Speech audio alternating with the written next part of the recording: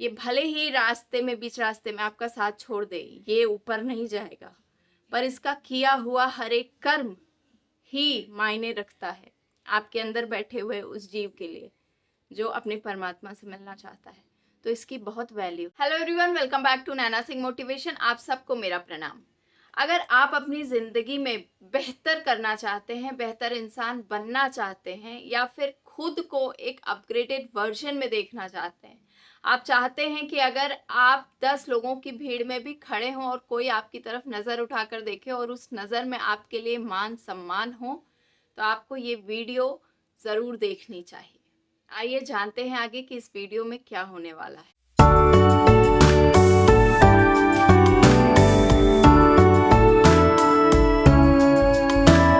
आजकल का जो समय है बहुत ज़्यादा बदल चुका है। समय के साथ साथ लोगों की सोच भी बदल चुकी है और सोच हर इंसान पर इतनी ज़्यादा हावी है, इतना ज़्यादा प्रभावित कर चुकी है कि हर इंसान की निजी ज़िंदगी भी उसी सोच के हिसाब से चलती है, उसी मॉडर्नाइजेशन, उसी मॉडर्न ख्याल के हिसाब से चलती है ना। यही सोच बच्चों की परवरिश तक में नज़र आता है। कई तरीके भी बदल चुके हैं। इंसान मोटा मोटा अगर कहें तो पैसों को लेकर बहुत ज़्यादा सीरियस हो चुका है और पैसा कमाना ही एकमात्र लक्ष्य है।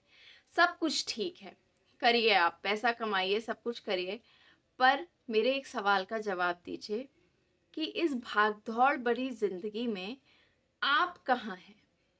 आपका सेल्फ, इनर सेल्फ जिसको कहते हैं, वो कहाँ है? इतनी भागदौड़ भरी जिंदगी में आप पैसों के पीछे भाग रहे हो, जॉब कर रहे हो, अपनी जिम्मेदारी निभा रहे हो, या बहुत सारे टेंशन का सामना भी कर रहे हो, परेशानियां भी उठा रहे हो, पर इन सब के बीच में आपकी शांति, आपका सुकून कहाँ है? वो आपके पास नहीं है। क्यों?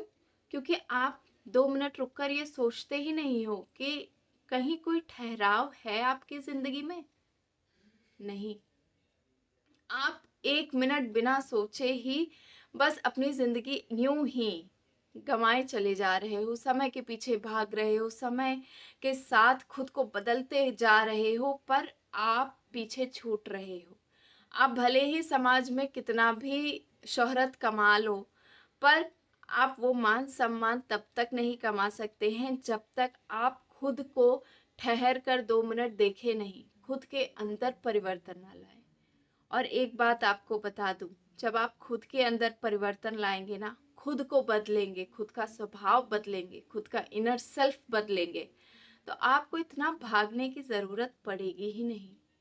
क्योंकि आप जो हैं, जैसे हैं, लोग आपको वैसे ही पहचानना शुरू कर देंगे और वैसे ही आपको वैल्यू देना शुरू कर देंगे। आपको मांगने की ज़रूरत नहीं पड़ेगी। आपको अपनी वैल्यू बढ़ाने के लिए, आपको लोगों की नज़र में अपने आप को साबित करने के लिए मेहनत करने की, या फिर अपने आप को बहुत ज़्यादा पुश करने की ज़रूरत कभी पड़ेगी ही नहीं। इतना पैसों के पीछे भागने की भी ज़रूरत नहीं पड़ेगी। क्योंकि देखिए, आज मैं आपको इस वीडियो में एक नहीं 5 ऐसे तरीके बताने वाली हूँ जिससे पैसा भी आपकी तरफ आकर्षित होगा। लोग तो आकर्षित होंगे आपका व्यवहार देखकर, आपका नेचर देखकर, पर आपको बता दूं कि ये 5 तरीके आप खुद पर भी ट्राई करिए और अपने बच्चों में भी डालिए। इवन मैं कहती हूँ हर एक इंसान में ये चीज होनी चाहिए कि पहले वो खुद को पहचाने, वो है क्या, तब वो भागना किसी के पीछे स्टार्ट करे। क्योंकि उसे पता भी होना चाहिए ना कि वो जिस चीज के पीछे भाग रहा है उसके पीछे भागने की जरूरत है भी या नहीं। ये 5 चीज जानने से पहले आप एक चीज जान लीजिए कि पैसा जिंदगी में बहुत कुछ है, पर सब कुछ नहीं है। क्योंकि अगर पैसा, मान लीजिए आपके पास बहुत भरा हुआ है और दिल आपका इतना सा है, छोटा सा, तो क्या फायदा उन पैसों का जो आपने कमाया है?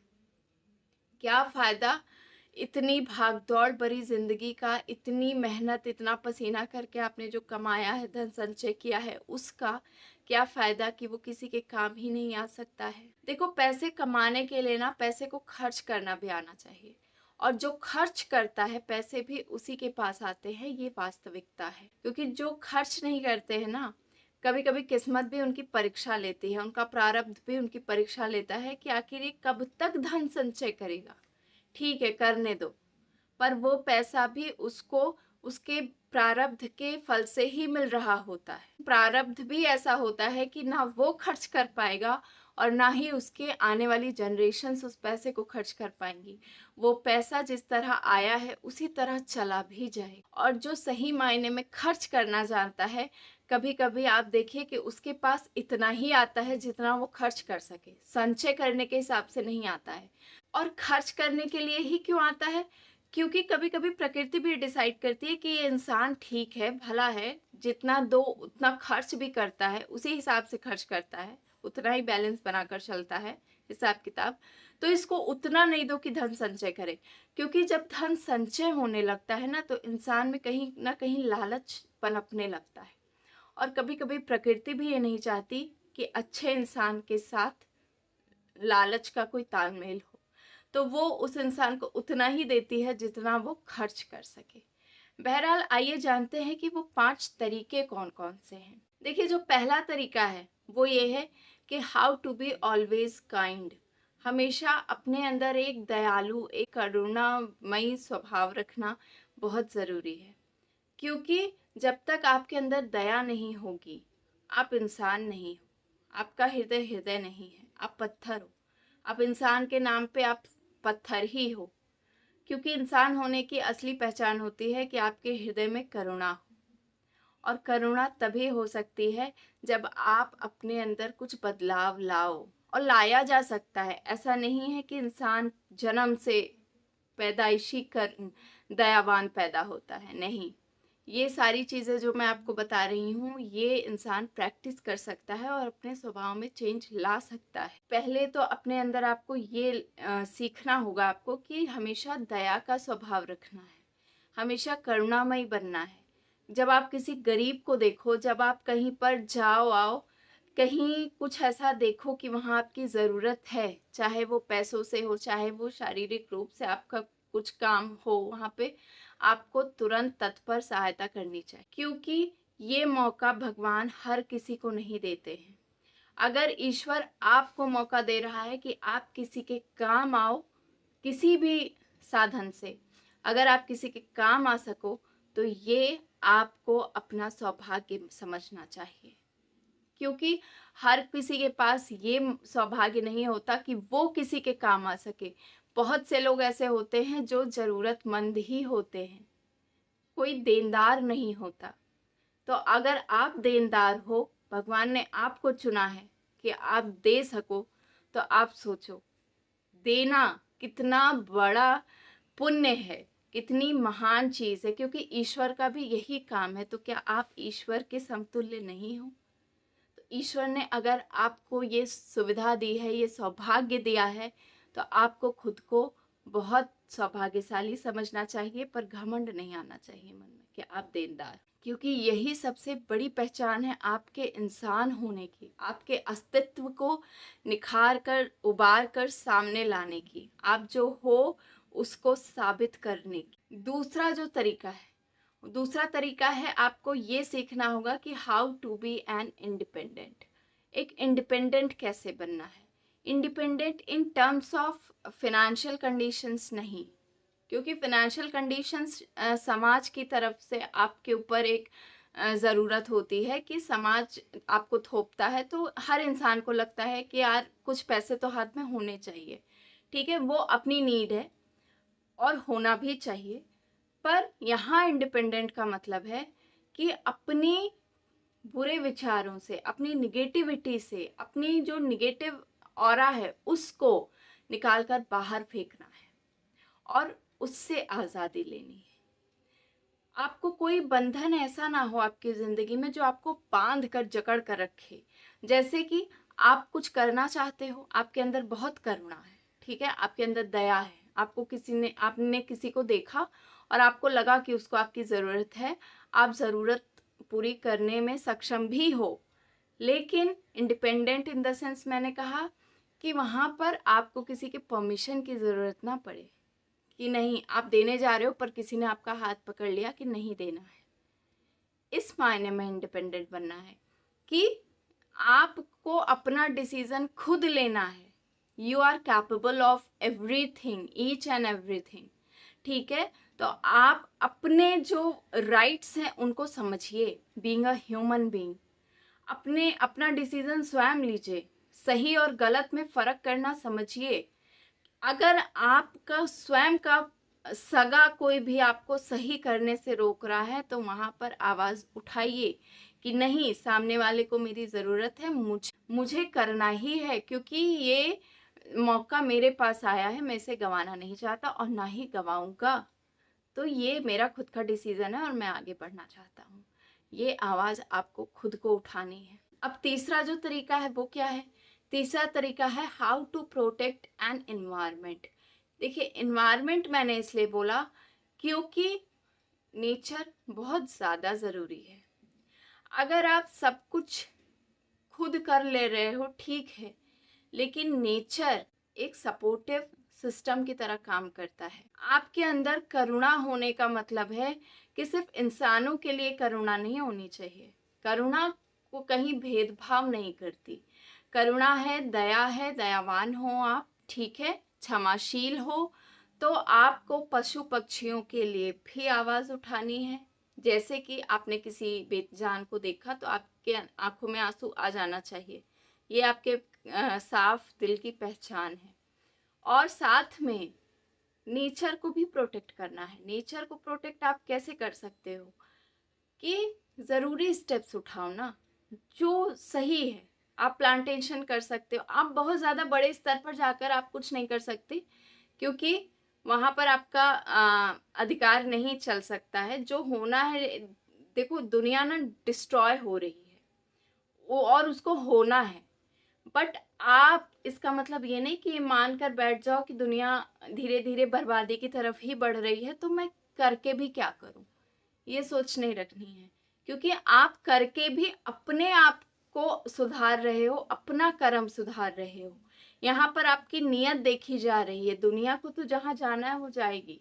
अब दुनिया का ठेका भी नहीं लियो कि लोग पेड़ जंगल काट कर और बेजुबानों को बेसहारा करके जब घर पे सड़क पे इनवाइट करेंगे तो भाई बेजुबान कहाँ जाएंगे?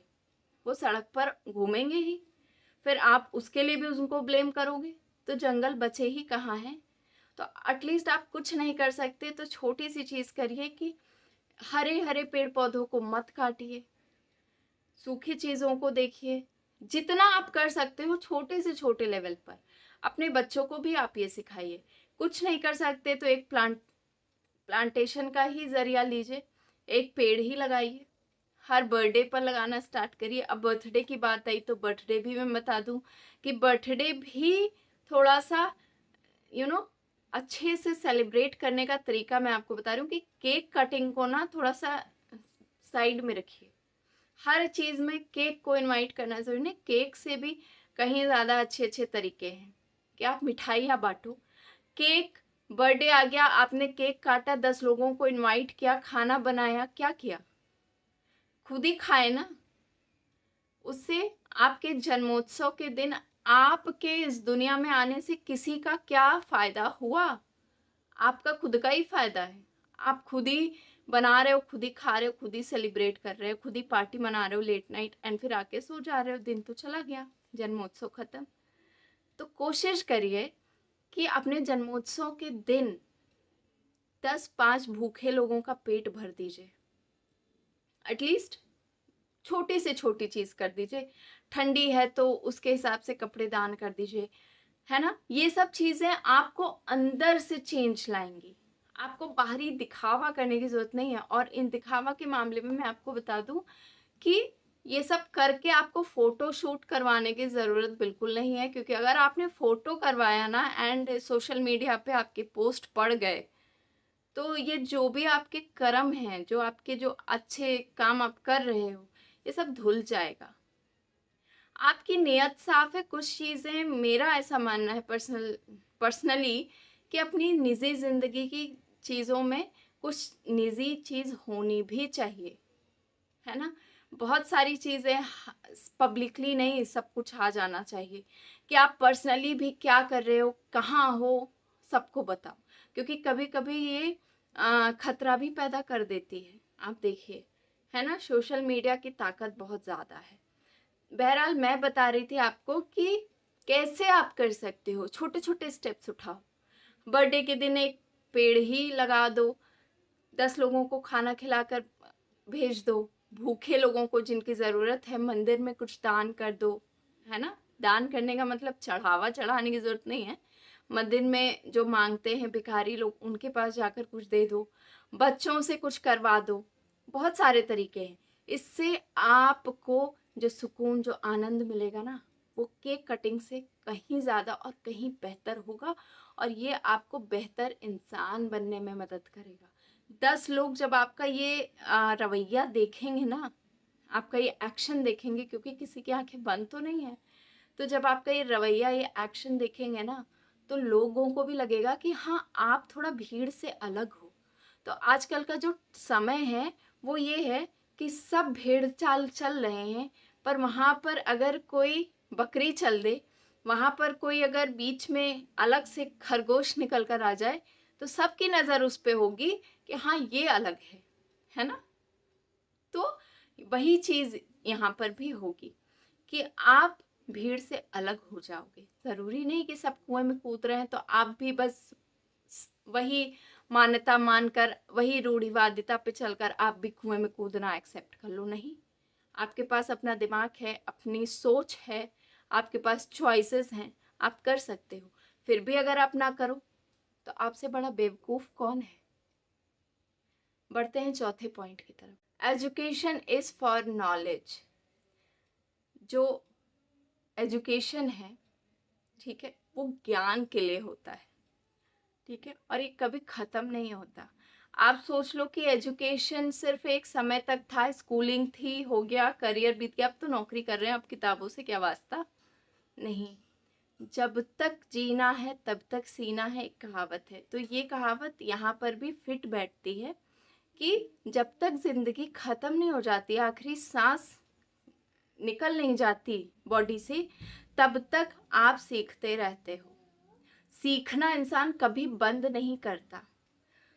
तो ये आपने बच्चों में भी आप डालिए कि मार्क्स बेटा इम्पोर्टेंट नहीं है।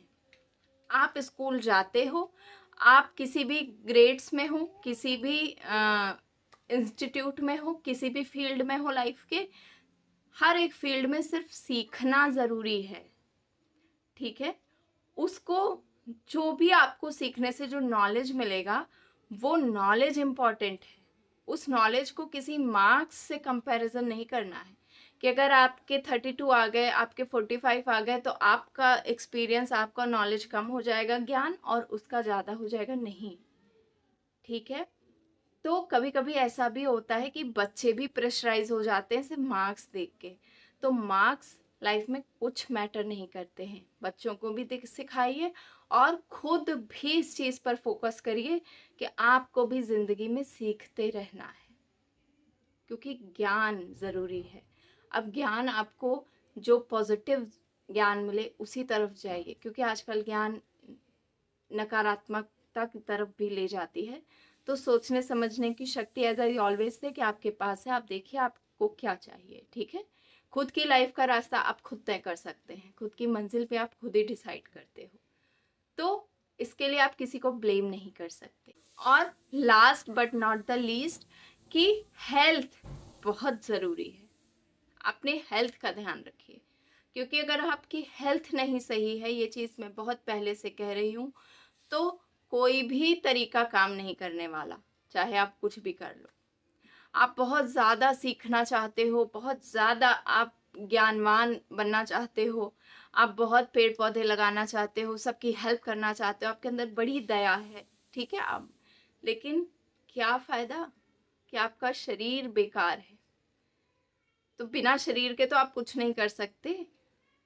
इस शरीर को ना बचा कर रखिए, इसकी सेवा करिए, इसको सही रास्ता दिखाइए, क्योंकि यही इस संसार में आपको चलाने का माध्यम है, और यही इस संसार के बाद आपको आध्यात्मिकता तक और परमेश्वर तक ले जाने का रास्ता भी है। भले ही ये यहाँ पर साथ छोड़ देगा, पर इसी का किया हुआ आपके अंदर जो बैठा हुआ जीव है ना, जो आपके परमात्मा तक पहुंचेगा, उसको परमात्मा तक पहुंचाने का यही जरिया। ये भले ही रास्ते में, बीच रास्ते में आपका साथ छोड़ दे, ये ऊपर नहीं जाएगा, पर इसका किया हुआ हर एक कर्म ही मायने रखता है आपके अंदर बैठे हुए उस जीव के लिए जो अपने परमात्मा से मिलना चाहता है। तो इसकी बहुत वैल्यू है। इसको ऐसे ही बेकार मत करिए भोगों के पीछे भगाने में कि बस मुझे भोगना है, भोगना है। अरे कितना सुख भोगोगे? कभी तो कुछ इस जीवन में अच्छा कर लो, वरना क्या पता ये जीवन में जो आप सांस ले रहे हो, अच्छे अच्छे कपड़े पहन रहे हो, अच्छा अच्छा जी रहे हो, अच्छा खेल रहे हो, अच्छा खा रहे हो, आगे की जिंदगी में आपको नसीब भी हो कि नहीं हो, है ना? सोचने वाली बात है। तो इस वीडियो का यही मकसद था कि आप सबको बताने का प्रयास करूं कि सांसारिक भोगों के पीछे और पैसा कमाने के पीछे ही मत भागिए। पैसा भी तभी अट्रैक्ट होगा आपके पास जब आपका व्यक्तित्व उस लायक होगा, वरना आप भागते रह जाओगे और भेड़ बकरियों की तरह कमा कर कितना कमा लोगे? उम्र बीत जाएगी, जब 60 65 80 70 के हो जाओगे ना, तब भी उतना ही कमा पाओगे। फिर लगेगा आप जीवन थक हार गया है, कोई खुशी नहीं रह गई। जो किया सब मजबूरी में किया, क्योंकि मजबूरी थी, मजबूरी एक जिम्मेदारी थी। लोगों को पालना था, पोसना था, बच्चों को बड़ा करना था, है ना? शौक पूरे करने थे बीवी के। यही सब रह जाएगा जिंदगी में।